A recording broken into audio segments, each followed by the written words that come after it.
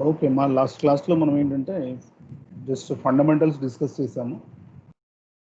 What is data, what is database, what is database management system and what is database system. జనరల్గా మనకు data అనేటువంటిది collection of facts are వాల్యూస్ని మనం data అంటాము. Database అనేటువంటిది logically related data of an enterprise is called as a database. Alage comes to the database management system. It is a software tool which is used to efficiently and conveniently manage the data, large amounts of data which is available in the database. Efficient ga, convenient ga, large amounts of data ఉంటుంది. ఆ large amounts of డేటాను మనము చేస్తూ వెళ్ళగలుగుతాం. అలాంటి వాటిని మనం ఏమంటున్నామంటే DBMS అంటాం.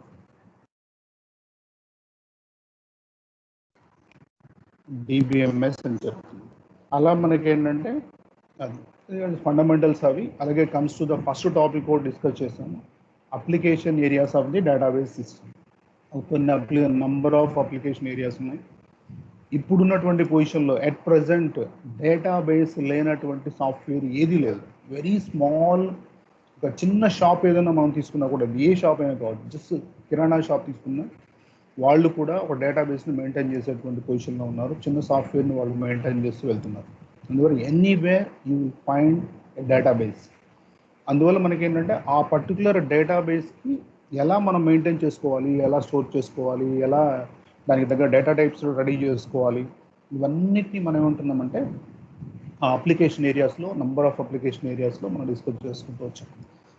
Now comes to the second topic is the purpose of database systems. అసలు ఆ డేటాబేస్ సిస్టమ్స్ అనేటువంటివి ఎందుకోసం మనం యూజ్ చేయాల్సి వస్తుంది, what is the need of the database systems అంటే కమ్స్ టు ద ఎర్లీ డేస్లోకి వెళ్ళేప్పటికి ఏంటంటే మనకు ఐడియా ఉంది, ఆపరేటింగ్ సిస్టమ్ అని చెప్పి మీరు డిస్కస్ చేస్తూ ఉన్నారు. It is an interface between hardware and software as well as user and computer. Operating system for example DOS ఉంది, విండోస్ ఉంది, యూనిక్స్ ఉంది, లైనక్స్ ఉంది. These are the operating systems. ఈ ఆపరేటింగ్ సిస్టమ్స్ అన్నీ ఏం చేస్తాయంటే ఫైల్స్ని మెయింటైన్ చేస్తాయి. అంటే ఈ డేటాబేస్ మేనేజ్మెంట్ సిస్టమ్ అనేటువంటిది రాకముందు మనమంతా కూడా ఏం చేసేవాళ్ళం అంటే ఫైల్ సిస్టమ్ని యూజ్ చేసేవాళ్ళం. ఆ ఫైల్ సిస్టమ్ అనేటువంటిది ఏంటంటే వాటిలో డిఫరెంట్ పీపుల్ రెడీ చేస్తారు, డిఫరెంట్ ప్రాబ్లమ్స్ ఉంటాయి. ఆ ఫైల్ సిస్టమ్స్ని లేదా ఆ ఆపరేటింగ్ సిస్టమ్స్ని డెవలప్ చేసేటువంటి వాళ్ళని ఏమంటున్నామంటే సిస్టమ్ ప్రోగ్రామర్స్ అంటాం. మీరు ఆల్రెడీ ఫస్ట్ ఇయర్లో డిస్కస్ చేస్తుంటారమ్మా, మనకు అప్లికేషన్ సాఫ్ట్వేర్ అని, సిస్టమ్ సాఫ్ట్వేర్ అని రెండు ఉన్నాయి.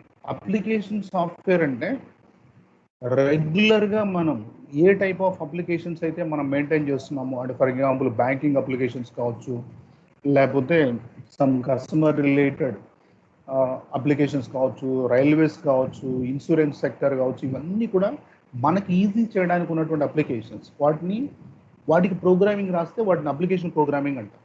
అలా అదే సిస్టమ్ ప్రోగ్రామర్స్ అనేటువంటిది operating systems, linkers, loaders, compilers, assemblers, ఇవన్నిటి కూడా మనం ఏమంటున్నామంటే సిస్టమ్ ప్రోగ్రామింగ్ అంటాం, సిస్టమ్ సాఫ్ట్వేర్ అంటున్నాం.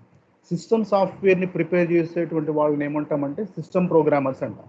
అప్లికేషన్ ప్రోగ్రామ్స్ రెడీ చేసేటువంటి వాళ్ళని ఏమంటున్నామంటే అప్లికేషన్ ప్రోగ్రామర్స్ అంటున్నాం. అలా మనకేంటంటే ఆపరేటింగ్ సిస్టమ్ సంబంధించి డేటాబేస్ సిస్టమ్ అనేటువంటిది రాకముందు మనం ఫైల్ సిస్టమ్స్ని యూజ్ చేసేవాళ్ళం. ఆ ఫైల్ సిస్టమ్స్లో ఉన్నటువంటి డ్రాబ్యాక్సే డేటాబేస్ మేనేజ్మెంట్ సిస్టంలోకి వచ్చేటువంటి అడ్వాంటేజెస్ లాగా మనం చెప్తూ ఉంటాం. ఇక్కడ మనకేంటంటే పర్పస్, ఎందుకు అసలు వీటిని యూజ్ చేయాల్సి వచ్చింది అనేటువంటి, ఎలా మన system programmes.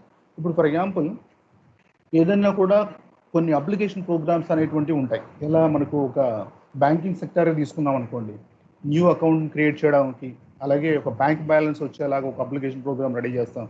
Monthly statements generate చేయడానికి అప్లికేషన్ ప్రోగ్రామ్స్ రెడీ చేస్తాం. ఇలా ఎర్లీ డేస్లో మనం ఫైల్ సిస్టమ్స్ని యూజ్ చేసేవాళ్ళం. ఆ ఫైల్ సిస్టమ్స్లో ఏమేమి డ్రాబ్యాక్స్ ఉన్నాయి, అవే మనకి ఇక్కడ డేటాబేస్ సిస్టమ్స్ని రెడీ చేయడానికి అవసరమైనటువంటి వాటిని క్రియేట్ చేసుకుంటూ వచ్చింది.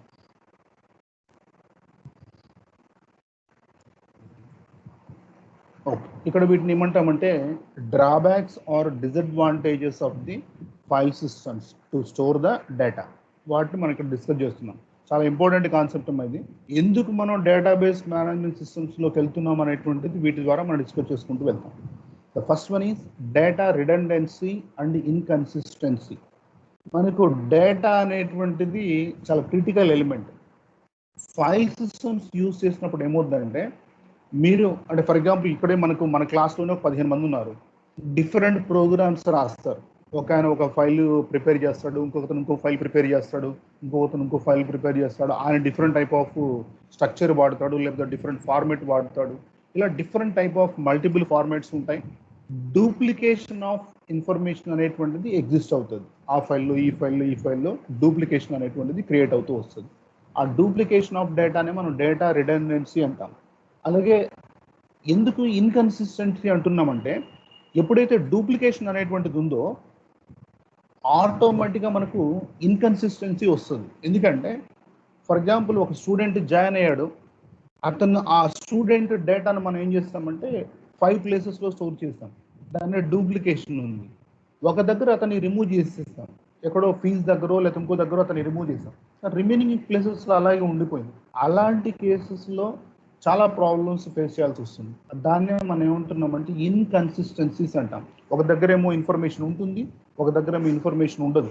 అతను వెళ్ళిపోయినాడా, కాలేజ్ నుంచి ఉన్నాడా, లేదా ఫీజు పే చేశాడా, ఈ ప్రాబ్లమ్స్ అన్నీ వస్తూ ఉంటాయి. దాన్నే మనం ఇన్కన్సిస్టెన్సీస్ అంటాం. అలాగే comes to the difficulty in accessing data. ఇంతమందిగా మనం డిస్కస్ చేస్తాం. అంటే ఒక పర్టికులర్ ఇన్ఫర్మేషన్ అనేది డిఫరెంట్ ప్లేసెస్లో స్టోర్ అవుతూ వస్తుంది. నంబర్ ఆఫ్ ప్లేసెస్లో స్టోర్ అవుతుంది.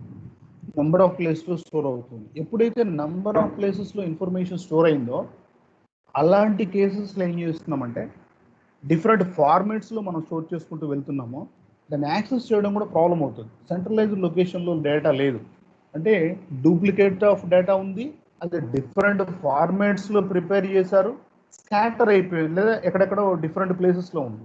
అలాంటి కేసెస్లో కూడా వాటిని ఒక దగ్గరికి మనం యాక్సెస్ చేసుకోవడం, మనకు కావాల్సిన డేటాను మనం యాక్సెస్ చేయడం కూడా చాలా ప్రాబ్లమ్స్ మనం ఫేస్ చేయాల్సి వస్తుంది. దాన్ని మనం ఏమంటున్నామంటే డిఫికల్టీ ఇన్ యాక్సెసింగ్ డేటా అంటాం. Now comes to the data isolation. ఇంతకుముందు అనుకున్నాం మనం multiple files and formats. Multiple files ఉన్నాయి. మీరు ఆల్రెడీ సి ప్రోగ్రామింగ్లో మనం ఫైల్స్ అనేటువంటి కాన్సెప్ట్ డిస్కస్ చేస్తున్నాము. ఆ ఫైల్స్ అనేటువంటి వాటిల్లో మనం ప్రిపేర్ చేస్తాం. వాటిల్లో నంబర్ అంటే ఎవ్రీ ఫైల్కి మనం డిఫరెంట్ ప్రోగ్రామ్ ప్రిపేర్ చేయడము, చేంజెస్ వచ్చినప్పుడు ప్రోగ్రామ్స్ ప్రిపేర్ చేయడం, ఇవన్నీ కూడా ఉండడం వల్ల డిఫరెంట్ ఫైల్స్ ఉంటాయి, లేదా మల్టిపుల్ ఫైల్స్ ఉంటాయి. మల్టిపుల్ ప్లేసెస్లో మనం స్టోర్ చేస్తున్నాము. డిఫరెంట్ టైప్స్ ఆఫ్ ఫార్మాట్స్ కూడా ఉన్నాయి. కాబట్టి it is also one of the disadvantage. Now comes to the integration problems or integrity problems అంటాం. ఇక్కడ మనకి ఏంటంటే ఒక డేటాను మనం ఇన్సర్ట్ చేస్తున్నాము. ఆ ఇన్సర్ట్ చేసేటువంటి డేటాబేస్లో డేటాను ఇన్సర్ట్ చేసేటప్పుడు అదేం చేస్తుందంటే కొన్ని ఇంటిగ్రిటీ ప్రాబ్లమ్స్, అంటే కొన్ని కన్స్ట్రైంట్స్ని మెయింటైన్ చేస్తుంది. ఫర్ ఎగ్జాంపుల్ కన్స్ట్రైంట్స్ అనేటువంటిది ఏంటంటే ఇప్పుడు ఫర్ ఎగ్జాంపుల్ మీకే తీసుకున్నాం అనుకోండి, మీకు ఇంటర్నల్ మార్క్స్ వచ్చేసి 30, ఒక 100 మార్క్స్ ఉన్నటువంటి ఒక పేపర్కి సంబంధించి ఇంటర్నల్స్ 30 మార్క్స్, ఎక్స్టర్నల్ వచ్చేసి 70 మార్క్స్. అంటే ఫర్ ఎగ్జాంపుల్ మీరు ఒక ఎగ్జామ్ రాశారు, మీకు రిజల్ట్ వచ్చింది. ఆ రిజల్ట్లో పొరపాటున ఏంటంటే 70 కాకుండా 70కి 70 వరకు రావచ్చు, మ్యాక్సిమం 70 వచ్చినా కూడా. వాళ్ళు 75 మార్క్స్ వచ్చాయనుకోండి, it is called as integrity problem. ఆ కన్స్ట్రైంట్స్ అనేటువంటివి అతను మెయింటైన్ చేయలేదు. ఎప్పుడైతే కన్స్ట్రైంట్స్ మెయింటైన్ చేస్తామో మనము, అంటే ఫైల్స్లో ఇలాంటివి ఉండవు, మెయింటైన్ చేయడం కష్టమవుతుంది. అదే comes to the database systems, మనం ఈజీగా ఆ కన్స్ట్రైంట్స్ అనేటువంటి వాటిని మనం ఈజీగా మెయింటైన్ చేయొచ్చు.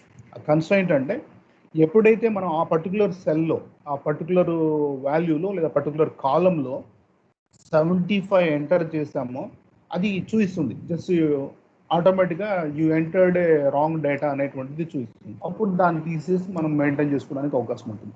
ఇలాంటి వాటిని ఇంటిగ్రిటీ ప్రాబ్లమ్స్ అంటాం. ఇక్కడ ఎగ్జాంపుల్ చూడండి, some of the accounts balance should not less than 1000. ఇప్పుడు ఇక్కడ కూడా మనకి ఏంటంటే మీరు ఎప్పుడైతే డ్రా చేస్తున్నారో 1000 అనేటువంటి దానికంటే తక్కువ రాకూడదు. తక్కువ ఉంటే అది డ్రా కాకూడదు, లేకపోతే ఇలాంటివి ఉంటాయి. ఆ కన్స్ట్రెంట్స్ అనేటువంటిది మెయింటైన్ చేయాలి. అంటే ఫర్ ఎగ్జాంపుల్ ఒక అకౌంట్లో మీరు అకౌంట్ ఓపెన్ చేసేటప్పుడు మినిమం 1000 రూపీస్ అనేటువంటిది ఆ అకౌంట్లో ఉండాలి. లేదా మీరు 900 ఉన్నా లేదా 800 ఉన్నా మీకు అకౌంట్ ఓపెన్ చేయడము అనేటువంటివి చేయకూడదు. ఒక్కోసారి ఏమవుతుందంటే దాన్ని చేంజెస్ కూడా చేసుకుంటూ ఉంటారు. మినిమం బ్యాలెన్స్ మనం చేంజెస్ చేసుకుని కూడా మెయింటైన్ చేసుకుంటూ వెళ్ళచ్చు. వీటన్నిటిని కూడా మనం ఏమంటున్నామంటే ఇంటిగ్రిటీ ప్రాబ్లమ్స్ అంటాము. వీటిని ఇంటిగ్రిటీ కన్స్ట్రైంట్స్ ద్వారా మనం మెయింటైన్ చేసుకుంటూ వస్తాం.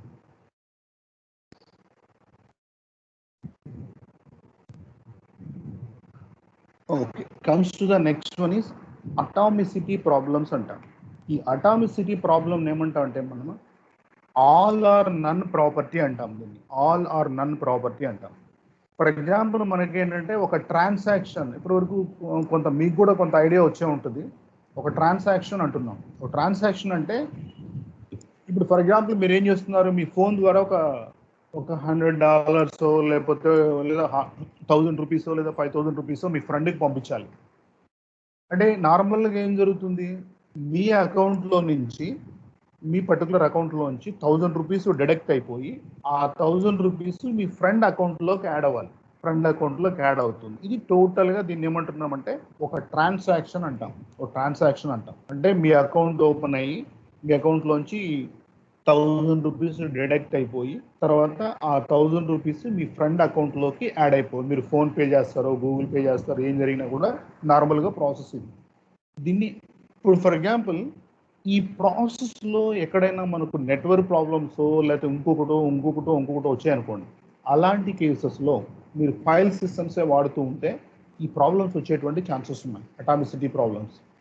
వీటిని డేటాబేస్ మేనేజ్మెంట్ సిస్టమ్స్ అనేటువంటివి ఈజీగా మెయింటైన్ చేస్తాయి, ఇలాంటి ప్రాబ్లమ్స్ లేకుండా చూసుకోగలుగుతాయి. ఎలా అంటే ఇప్పుడు ఫర్ ఎగ్జాంపుల్ మనకు ఇక్కడ చూడండి, failures may leave database in a consistent state with partial updates carried out. అంటే పార్షియల్ అప్డేట్స్ అంటే ఫర్ ఎగ్జాంపుల్ మీరు ఏం చేస్తారు, మీరు 1000 రూపీస్ లేదా సంథింగ్ మీ దానిలోంచి డిడక్ట్ అయిపోయింది. మీ అకౌంట్లోంచి డిడక్ట్ అయిపోయిన తర్వాత అది ఎటు పోవాలి, మీ ఫ్రెండ్ అకౌంట్లోకి యాడ్ అవ్వాలి. అది యాడ్ కాలేదనుకోండి, ఆ 1000 రూపీస్ ఎట్లా పోయినట్టు, ఎవరు తీసుకున్నట్టు? లేదా రివర్షన్ ప్రాసెస్ అన్నా జరగాలి. రివర్షన్ ప్రాసెస్ అంటే మీరు నార్మల్గా ఇప్పుడు ఏటీఎంస్లో అప్పుడప్పుడు చూస్తూ ఉంటారు, ఒక్కోసారి రివర్షన్ జరగదు. ఫ్యూచర్లో మనం వెళ్ళి కంప్లైంట్ చేసి అలాంటప్పుడు ఏంటంటే కంప్లైంట్ చేసి లేకపోతే అలాంటప్పుడు వాళ్ళు కొన్ని రోజుల తర్వాత దాన్ని అప్డేట్ చేసి మన అకౌంట్లోకి మళ్ళీ పంపిస్తూ ఉంటారు.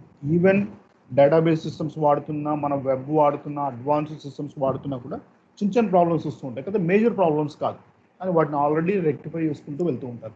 కాకపోతే డేటాబేస్ మేనేజ్మెంట్ సిస్టమ్స్ వాడక ముందు మేజర్ ప్రాబ్లమ్స్ ఉండేవి. ఇలాంటివన్నీ కూడా మనం పెర్ఫామ్ చేయగలిగే పొజిషన్లో ఉండే వాళ్ళమే కాదు.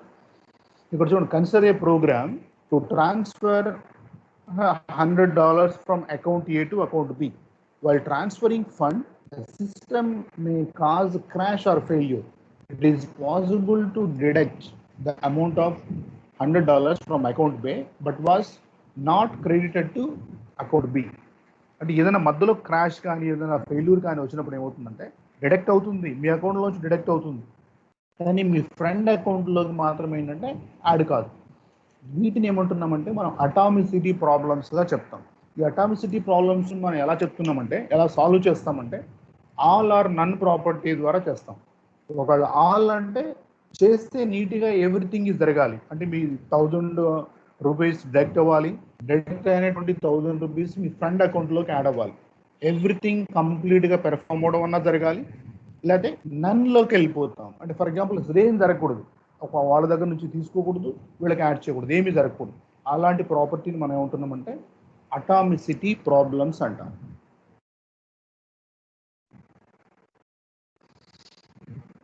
Okay, next one comes to the concurrent access anomalies.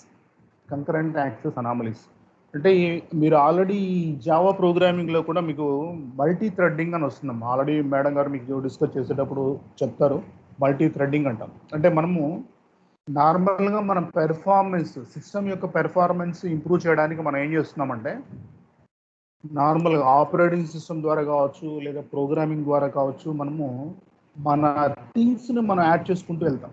అంటే ఫర్ ఎగ్జాంపుల్ మన థింగ్స్ అంటే ఏమంటామంటే, ఇప్పుడు ఇంతకుముందు మనం ఒక ప్రోగ్రామ్ మాత్రమే ర్యామ్లో పెట్టుకొని ఎక్స్పోర్ట్ చేసేవాళ్ళం. ఇప్పుడు ఏం చేస్తాం, మల్టీ ప్రోగ్రామింగ్ అనే కాన్సెప్ట్ ద్వారా మోర్ దాన్ వన్ ప్రోగ్రామ్ పెట్టుకొని మనము ప్యారలల్గా ఎక్స్పోర్ట్ చేసుకుంటూ వస్తూ ఉంటాం, ప్యారలల్గా ఎక్స్పోర్ట్ చేస్తాం. సరే, ఒక చిన్న ఇదేంటంటే, ఫర్ ఎగ్జాంపుల్ మా సిఆర్ ఒకరు కొంచెం అన్మ్యూట్ చూసుకోండి. Hello CR and LR. Hello sir. CR and LR, are you there? Okay మా, మీరు సిస్టమ్ వాడారు, ఒక 5 hours మీ సిస్టమ్ యూజ్ చేశారు, మీరు డిఫరెంట్ ప్రోగ్రామ్స్ చేశారు, తర్వాత మీరు ఏం చేశారంటే ఎవ్రీథింగ్ పెర్ఫామ్ చేస్తారంటే, ఫర్ ఎగ్జాంపుల్ మీ సినిమాలు చూసారు, లేకపోతే ఇంకోటి చేశారు. ఒక సిస్టమ్ని మీరు ఒక 6 hours యూజ్ చేశారు ఈరోజు, లేదా మార్నింగ్ నిన్న కానీ.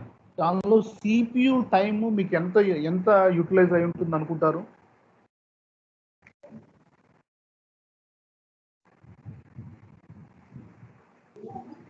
మా అర్థమవుతుందా? నేను అడిగిన క్వశ్చన్ అర్థమవుతుందా? Hello sir. మా, మీరేం చేస్తారంటే ఒక 6 hours వాడారమ్మా మీ సిస్టమ్ని, మీ ల్యాప్టాపా డెస్క్టాపా సిస్టమ్, ఒక 6 hours మీరు యూజ్ చేసుకున్నారు. దానిలో సిపియు టైము మీరు ఎంత యూటిలైజ్ చేసుకుంటారు అనేది మీకు ఐడియా ఉందా? ఎంత టైం యూటిలైజ్ చేసుకుంటారు? 6 hours, 3 hours, లేకపోతే 4 hours, లేదా 1 hour, ఎట్లా, ఎంత యూటిలైజ్ చేసుకుంటుంది CPU time, central processing unit యొక్క టైం? మనం యూజ్ అంటే మనం యూజ్ చేసుకున్న అంత టైం రన్ అయి ఉంటుంది అనుకుంటున్నాను సార్. అంత మొత్తం టైం మీరు 6 hours వాడారు అంటే 6 hours సిపియు కూడా రన్ అయి ఉంటుంది అనుకుంటున్నారు, అంతే కదా? Yes sir. Okay. CR join కాలేదమ్మా? అబ్బాయి పేరు ఏం పేరు? నవీన్ సార్. నవీన్ జాయిన్ కాలేదు. ఓకే. బద్రి ఉన్నావా? హలో మా బద్రి, అన్మ్యూట్ చేసుకో.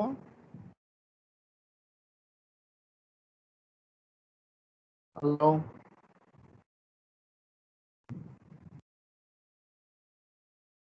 సరే మా ఆల్రెడీ మీరు 6 hours అన్నారు కదా, సిపియు అనేటువంటిది చాలా ఫాస్ట్ డివైస్ అమ్మా. మనం వాడేటువంటి వాటిల్లో చాలా ఫాస్ట్ డివైస్. దాని స్పీడ్ తట్టుకోవడం అనేటువంటిది వేటికి సరిపోదు. ఇప్పుడు ఫర్ ఎగ్జాంపుల్ మీరు కంప్లీట్గా 6 hours మీరు సి ప్రోగ్రామింగ్, C++, జావానో చేసిన సిపియు టైంని మనము ఈవెన్ 1 hour కాదు కదా, 10 minutes కూడా మనం వాడుకొని ఉన్నాం. అది ఒక సెకండ్లో మీరందరూ మీ క్లాస్ వాళ్ళందరూ ఒక 100 programs చేసినా కూడా అది సపోర్ట్ చేస్తుంది, ఒక సెకండ్లో మీకు సపోర్ట్ చేయగలుగుతుంది. అంత ఫాస్ట్గా వర్క్ చేసుకుంటూ వెళ్తుంది. అంటే మనం సిపియుని ఒక 1/2 hour కాదు కదా, అంత తక్కువ టైం మనం యూజ్ చేసుకుంటాం. ఇప్పుడున్నటువంటి సిస్టమ్స్, ఇప్పుడున్నటువంటి మల్టీ ప్రోగ్రామింగ్ అనే కాన్సెప్ట్ ద్వారా అదేంటంటే ఎవరికి వాళ్ళకి వర్క్ చేసుకుంటూ వెళ్తుంది, కాకపోతే మన ఫీలింగ్ ఎలా ఉంటుందంటే సిపియు మనకు మాత్రమే పనిచేస్తున్నట్టుగా మనం ఉంటాం. అందువల్ల చాలా తక్కువ టైం మాత్రమే సిపియు మనకు వర్క్ చేస్తుందమ్మా. ఇప్పుడు చాలా రీసెర్చ్లు జరిగేటువంటిది ఏంటంటే మ్యాక్సిమం సిపియు స్పీడ్ని, దాన్ని త్రూపుట్ అంటాం, దాన్ని ఎంతవరకు మనం పెంచగలుగుతామో దాన్ని చెక్ చేసుకుంటూ వెళ్తూ ఉంటున్నాం. ఇప్పుడు ఈ కంకరెంట్ అనామలీస్ అనేటువంటిది మీరు మ్యూట్ చేసుకోవచ్చు. కంకరెంట్ యాక్సెస్ అనామలీస్ అంటే ఏంటంటే మోర్ దాన్ వన్ ప్రోగ్రామ్ ఉంటుంది, more than one user or more than one person can use the database. ఆ డేటాబేస్లో ఉన్నటువంటిది లేదా ఫైల్ సిస్టమ్స్లో ఉన్నటువంటివి more than one person use చేసుకోవడాన్ని, కంకరెంట్గా దాన్ని యాక్సెస్ చేయడాన్ని మనం ఏమంటున్నామంటే దాన్ని అనామలీస్, ఏమేం ప్రాబ్లమ్స్ వస్తాయి అనేటువంటిది మనం డిస్కస్ చేస్తాం దాని ద్వారా. సరే, ఇక్కడ మీరు ఒకసారి చెక్ చేస్తే కంకరెంట్ యాక్సెస్డ్ నీడెడ్ ఫర్ పెర్ఫార్మెన్స్ని ఇంప్రూవ్ చేయడానికి ఖచ్చితంగా మనం ఏం చేయాలంటే కంకరెంట్గా మనం యాక్సెస్ చేయాలి వాటిని. అలాగే uncontrolled concurrent accesses can lead to inconsistencies. ఒకవేళ కంట్రోల్ లేకుండా మనం వాటిని యాక్సెస్ చేసామనుకోండి, దాని ఇన్కన్సిస్టెన్సీస్ అనేటువంటి వాటికి కూడా it leads to the inconsistencies. ఇది ఎలా అంటే, ఒకసారి example, 2 people reading A balance and updating it at the same time. అంటే ఒక అకౌంట్ ఇద్దరు పీపుల్ ఏం చేస్తున్నారంటే ఒక అకౌంట్కి సంబంధించి బ్యాలెన్స్ రీడ్ చేస్తున్నారు, అప్డేటింగ్ కూడా చేసుకోవచ్చు, వాళ్ళు అప్డేట్ కూడా చేస్తారు. అలాంటి కేసెస్లో ఏమవుతుందంటే ఫర్ ఎగ్జాంపుల్ అట్ ప్రజెంట్ ఇద్దరు రీడ్ చేశారనుకోండి, ఇద్దరు రీడ్ చేసినప్పుడు ఏమవుతుందంటే ఒక 5,000 రూపీస్ అకౌంట్లో ఉంది, ఆ 5,000 రూపీస్ని వాళ్ళు రీడ్ చేసుకున్నారు, ఇద్దరికి 5,000 రూపీస్ వచ్చింది. ఇద్దరు 5,000 రూపీస్ ఒకతను ఏం చేస్తాడు, రీడ్ చేసిన తర్వాత 5,000 రూపీస్ని ఒక 1,000 రూపీస్ డిడక్ట్ చేసేసి మళ్ళీ దాన్ని రైట్ చేసేసాడు. అంటే ఆటోమేటిక్ ఏమవుతుందంటే ఎట్ ద సేమ్ టైం ఇద్దరు 5,000 రూపీస్ తీసుకున్న వాళ్ళు మళ్ళీ మూవ్ అయ్యేప్పటికీ 4,000 రూపీస్ ఉండిపోద్ది అక్కడ. ఇంత ముందు అతను ఏం చేస్తాడు, 5,000 రూపీస్ తీసుకోన్నాడు, అతను 2,000 రూపీస్ని డిడక్ట్ చేయడానికి ట్రై చేశాడు అనుకోండి. అలా ఫైల్స్లో వచ్చేటువంటి ప్రాబ్లం ఏంటంటే 100,000 రూపీస్ డిడక్ట్ చేసిన అతను 4,000 అంటాడు, 2,000 రూపీస్ డిడక్ట్ చేసిన అతను 3,000ని దానిలో లోడ్ చేస్తాడు. అంటే ఇద్దరు ఏం చేస్తారు, ఒకరేమో 1,000 రూపీస్ డిడక్ట్ చేశారు, ఒకరేమో 2,000 రూపీస్ డిడక్ట్ చేశారు. అకౌంట్లో వచ్చి 5,000 రూపీస్ ఉన్నాయి. ఇప్పుడు ఏంటి, టోటల్గా 2,000 రూపీస్ ఉండాలి, కానీ 3,000 ఉంటాయి. ఎందుకు 3,000 ఉంటాయంటే ఫస్ట్ 1,000 డిడక్ట్ చేశాడు, 4,000 రైట్ చేశాడు, తర్వాత ఏం చేస్తాడు 2,000 డిడక్ట్ చేశాడు, 3,000 రైట్ చేశాడు. అంటే అలా మనకి ఏంటంటే రీడింగ్ రైటింగ్లో కూడా ఈ కంకరెంట్ యాక్సెసింగ్ వల్ల కంకరెంట్గా మనం ప్రోగ్రామింగ్ అనేది పెర్ఫామ్ చేయడం వల్ల ఫ్యూచర్లో ఎందుకు అనేది ఏంటనేటువంటిది మనకు డీటెయిల్డ్గా వస్తుందమ్మా, డిస్కస్ చేస్తాం. వీటినే కంకరెంట్ యాక్సెస్ అనామలీస్ అంటాం. అంటే వాటిని ఎట్ ద సేమ్ టైం ఆ ఫ్రాక్షన్ ఆఫ్ సెకండ్లో ఇద్దరు కానీ ముగ్గురు కానీ సేమ్ అకౌంట్ను వాడేటప్పుడు ఇలాంటి ప్రాబ్లమ్స్ అనేటువంటివి వస్తూ ఉంటాయి. వాటిని కూడా మనం డేటాబేస్ మేనేజ్మెంట్ సిస్టంలో అయితే బాగా మెయింటైన్ చేయగలుగుతాము. రిమైనింగ్ అంటే ఫైల్ సిస్టమ్స్లో వాటిని అసలు మెయింటైన్ చేయగలిగేటువంటి పొజిషన్లో కూడా మనం లేము. Next comes to the security problems. ఇది చాలా పెద్ద ఇష్యూ అమ్మ, దీనిపైన విపరీతమైన రీసెర్చ్ కూడా జరుగుతూ ఉంది. సెక్యూరిటీ ప్రాబ్లమ్స్ అంటాం. Hard to provide user access to some but not all data. ఇక్కడ డేటా సెక్యూరిటీ లేదా ఇన్ఫర్మేషన్ సెక్యూరిటీ అనేటువంటిది it is a very very big issue. Database management system లెవెల్లో మనం ఏం చేస్తున్నామంటే కొన్ని పాస్వర్డ్స్ వాడడం ద్వారా ఈ ఫిజికల్గా సిస్టమ్స్ని కొన్ని దగ్గర జాగ్రత్తగా సెక్యూర్ చేయడం ద్వారా వాటి ద్వారా మనం మెయింటైన్ చేసుకుంటూ వెళ్తాం. కానీ ఫైల్ సిస్టమ్స్లో మాత్రం, ఫైల్ ప్రాసెసింగ్లో మాత్రం ఎలాంటి సెక్యూరిటీని మనం ప్రొవైడ్ చేయగలిగేటువంటి పొజిషన్లో మనం లేము. ఇది యాక్చువల్గా మనకి ఏంటంటే సెక్యూరిటీ ప్రాబ్లమ్స్కి సంబంధించినటువంటి ఇష్యూ. ఓకే, ఫైనల్గా ఒకసారి మనం చెక్ చేస్తే database systems offer solutions to all the above problems. ఇంతకుముందు మనం నంబర్ ఆఫ్ ప్రాబ్లమ్స్ మనం రీసెర్చ్ చేసుకుంటూ వచ్చాము. వీటన్నిటికీ కూడా డేటాబేస్ మేనేజ్మెంట్ సిస్టమ్స్ లేదా డేటాబేస్ సిస్టమ్స్, ఆ డేటాబేస్ సిస్టమ్స్ అనేటువంటివి టోటల్గా అన్నిటికీ కూడా ప్రాబ్లమ్స్ని ప్రొవైడ్ చేయగలుగుతాయి. దట్ మీన్స్ ఉన్నటువంటి సొల్యూషన్స్ని ప్రొవైడ్ చేయగలుగుతాయి. This is the second concept మనకి. ఇది second concept, purpose of database systems. ఈరోజు వరకు మనకేంటంటే ఫండమెంటల్ అంటే మన సిలబస్కి సంబంధించి 2 టాపిక్స్ మనం డిస్కస్ చేసాం. అప్లికేషన్స్ ఆఫ్ డేటాబేస్ సిస్టమ్స్ ఒకటి, అలాగే పర్పస్ ఆఫ్ డేటాబేస్ సిస్టమ్స్. ఈ పర్పస్ ఆఫ్ డేటాబేస్ సిస్టమ్స్లానే మీరు ఎగ్జామ్ పాయింట్ ఆఫ్ వ్యూలో అడిగేటప్పుడు ఏం చేస్తాడంటే advantages of database management systems అని అడగొచ్చు, లేదా డిసడ్వాంటేజెస్ ఆఫ్ ఫైల్ సిస్టమ్స్ అని అడగొచ్చు, లేదా డ్రాబ్యాక్స్ ఆఫ్ ఫైల్ సిస్టమ్స్ అని అడగొచ్చు. ఇవన్నిటికీ, ఈ మూడిటికి కూడా పర్పస్ ఆఫ్ డేటాబేస్ సిస్టమ్స్ అని అడగొచ్చు.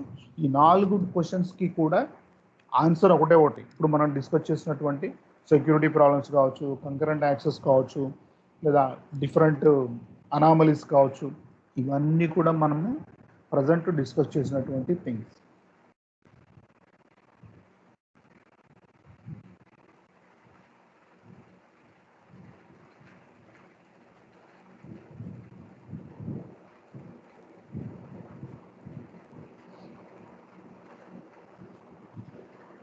మ్యాక్సిమం ఇదేనా, ఇంకేమన్నా జాయిన్ అయ్యే పొజిషన్లో లేరనుకుంటా వీళ్ళు. ఒకసారి అటెండెన్స్ డౌన్లోడ్ చేసి పెడతాము.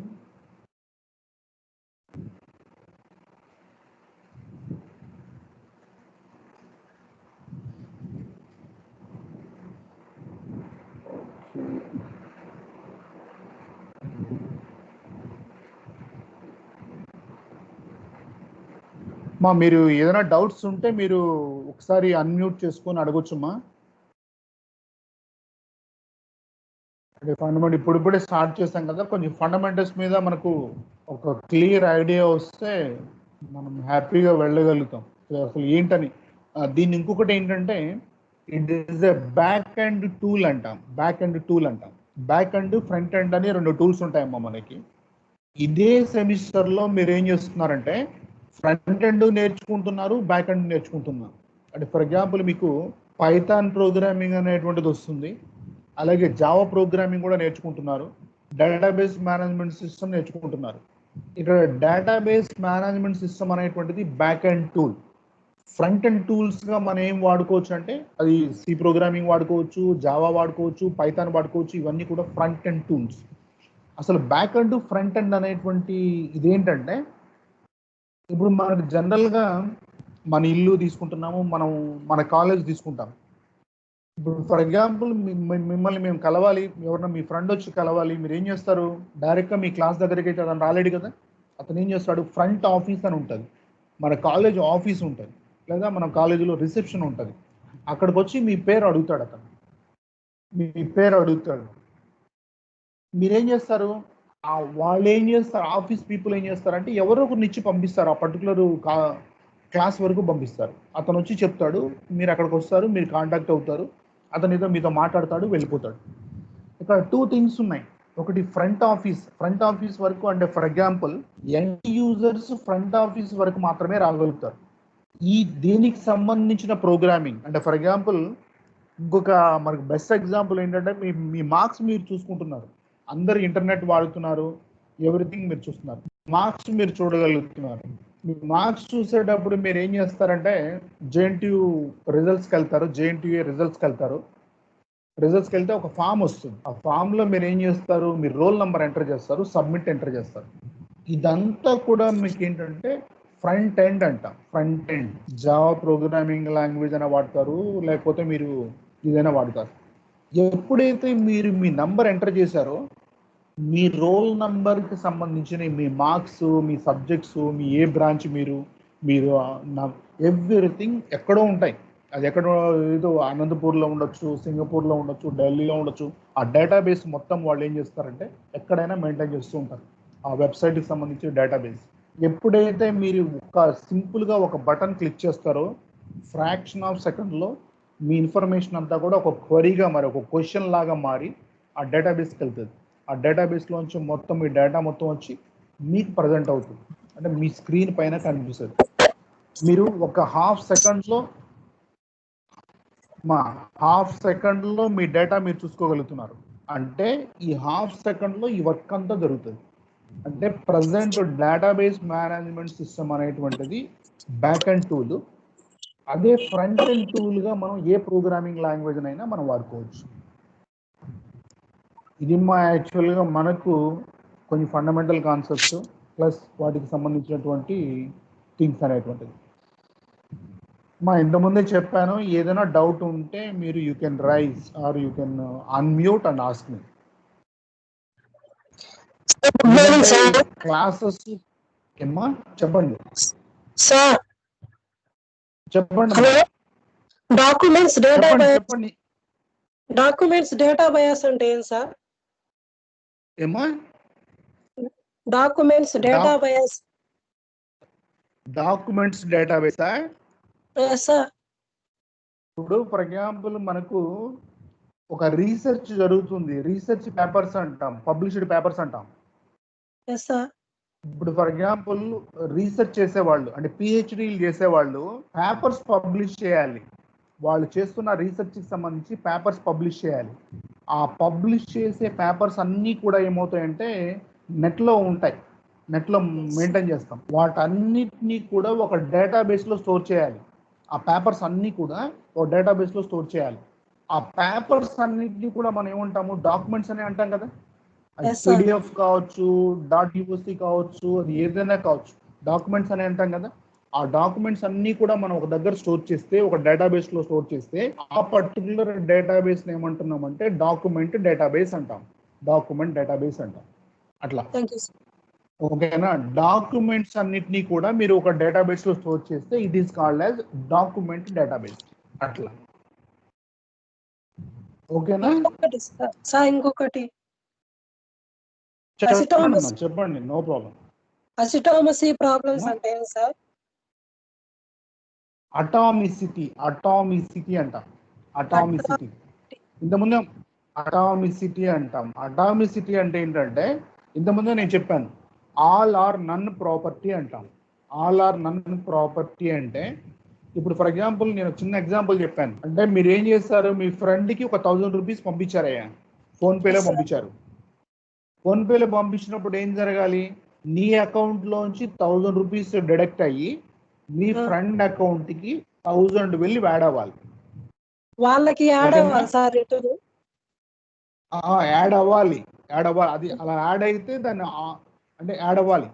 అలా ఆ ప్రాపర్టీని ఏమంటామంటే మనము ఆల్ ఆర్ నన్ ప్రాపర్టీ అంటాం. అంటే జరిగితే మొత్తం జరగాలి, లేకపోతే ఏమీ జరగకూడదు. అది అప్పుడు ప్రాబ్లం ఉంటుంది కదా అమ్మా. ఇప్పుడు మీ దగ్గర నుంచి 1000 రూపీస్ డిడక్ట్ అయిపోయి మీ ఫ్రెండ్ అకౌంట్లోకి యాడ్ అయిపోయింది అనుకో, ఇంక ప్రాబ్లం లేదు. మీ దగ్గర నుంచి డిడక్ట్ అయ్యి మీ ఫ్రెండ్కి యాడ్ కాలేదనుకో, అప్పుడు ప్రాబ్లం కదా. అలాంటి ప్రాబ్లమ్స్ని మనం ఏమంటున్నామంటే ఆల్ ఆర్ నన్ ప్రాబ్లమ్స్ అంటాం. దట్ మీన్స్ అటామిసిటీ ప్రాబ్లమ్స్ అంటాం. అటామిసిటీ అనేటువంటిది ఏంటంటే జరిగితే టోటల్గా ట్రాన్సాక్షన్ మొత్తం జరగాలి, లేకపోతే ట్రాన్సాక్షన్ జరగకూడదు, అది స్టార్టే కాకూడదు. ఈ ప్రాపర్టీని లేదా ఈ ప్రాబ్లమ్స్ని, దీని ద్వారా వచ్చే ప్రాబ్లమ్స్ని అటామిసిటీ ప్రాబ్లమ్స్ అంటాం. ఓకేనా? క్లియర్? మీ ఏదైనా అడగవచ్చు, నో ప్రాబ్లం, చెప్పండి అమ్మా. డేటాబేస్ మేనేజ్మెంట్ సిస్టమ్ నిన్న క్లాస్ లో చెప్పారు కదా, అది ఒకసారి చెప్పండి సార్ ప్లీజ్ సార్. ఎప్పుడు? నిన్న ముందు క్లాసా? సార్ స్టార్టింగ్ స్లైడ్సా? ఒక నిమిషం ఉంది.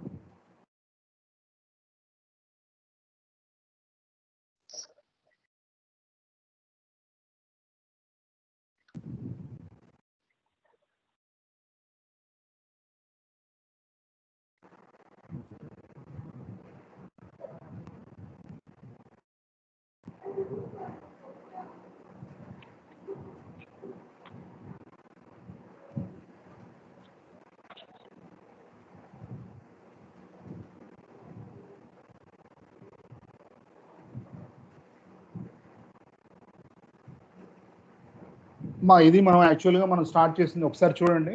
బేసిక్ టెర్మినాలజీలో డేటా అనేటువంటిది ఏంటంటే the collection of facts or figures ని మనం ఏమంటున్నామంటే డేటా అంటాం. అది ఏదైనా కావచ్చు, టెక్స్ట్ డేటా ఉండొచ్చు, నంబర్స్ ఉండొచ్చు, లేకపోతే ఏదైనా ఉండొచ్చు, దాన్ని మనము డేటా అంటాం. Next comes to the data base. Data base ఏంటంటే కలెక్షన్ ఆఫ్ రిలేటెడ్ డేటా లేదా collection of logically related data of an enterprise. Enterprise అంటే అది కాలేజ్ కావచ్చు, యూనివర్సిటీ కావచ్చు, ఒక కంపెనీ కావచ్చు, ఏదైనా కావచ్చు. దానిలో కలెక్టెడ్ డేటా ఉండాలి, కలెక్షన్ ఆఫ్ డేటా ఉండాలి. అలా ఉంటే మనం ఏమంటున్నామంటే అని మనము డేటా బేస్ అంటాం యాక్చువల్గా. ఓకేనా? తర్వాత ఈ టైప్స్ ఆఫ్ డేటాబేసెస్ మీకు చెప్పుకుంటూ వచ్చాం, ఏమేమి టైప్స్ ఉన్నాయి ఏంటి అనేటువంటిది.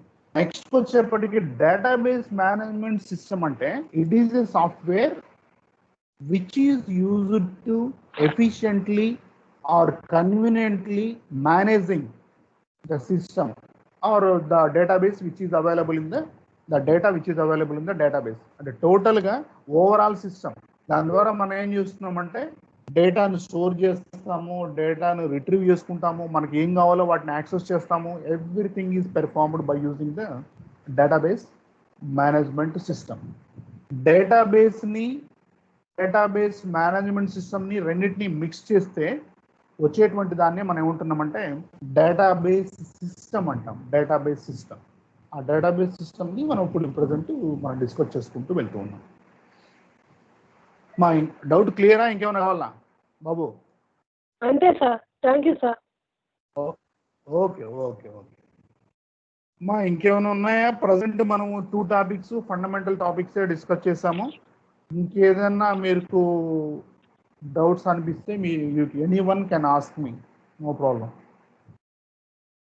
ఎందుకంటే కొంచెం ఫండమెంటల్సే మనం కొంచెం ఆ టెర్మినాలజీ కీవర్డ్స్ మనం స్ట్రాంగ్గా ఉంటే చాలా ఈజీగా మనం నేర్చుకుంటూ వెళ్ళొచ్చు. సింపుల్గా ఉంటుంది, పెద్ద ఇబ్బంది పడబడలేదు. కాకపోతే కాన్సన్ట్రేట్ చేయాలి. కాన్సన్ట్రేట్ చేస్తే హ్యాపీగా నేర్చుకుంటూ వెళ్ళొచ్చు. ఇట్లా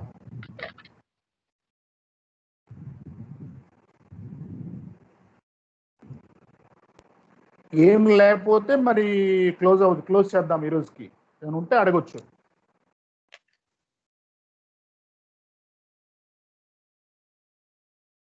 సరేమ్మా, క్లోజ్ చేస్తున్నాను. లీవ్ అయిపోండి, నో ప్రాబ్లం. ఓకేనా? Leave the class.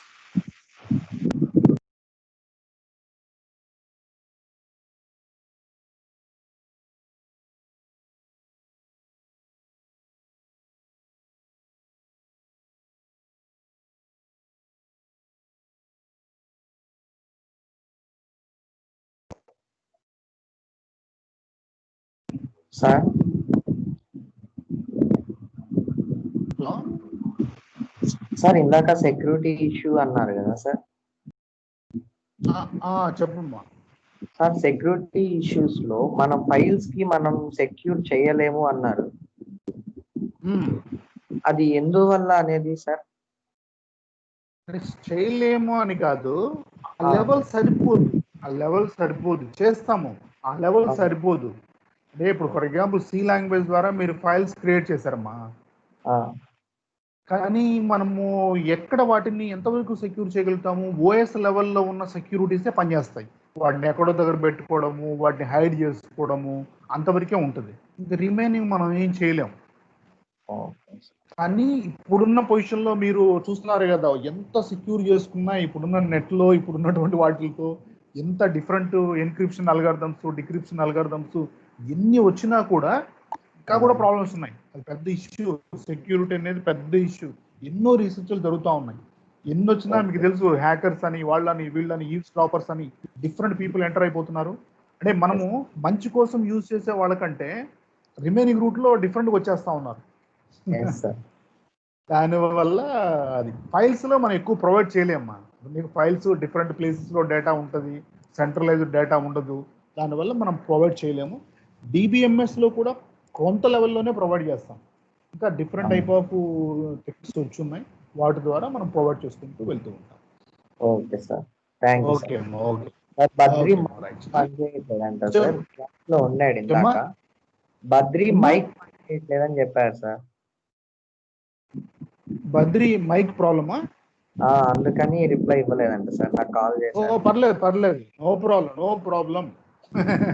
ఎందుకంటే అసలు మనకి ఇంటి దగ్గర నుంచి చెప్తున్నాను నేను, అసలు అందుకోసమే కరెక్ట్గా ట్యూన్ అయింది అనుకో, అన్ని బాగుంటే ఇంక ఇబ్బంది లేదని దానికోసం అని వెళ్తూ ఉండొచ్చు.